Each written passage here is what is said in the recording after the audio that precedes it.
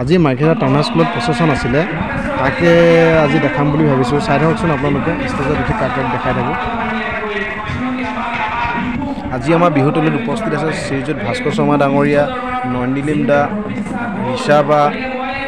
প্ৰিয়ম পল্লৱী বা জয়শ্ৰী বা সুমি বা আৰু বেহাৰবাৰী আউটপোষ্টৰ বিউটি বাইলুং বা পাখি কাকু বিপুল চাই থাকক আৰু কি কি দেখাই যাব পাৰোঁ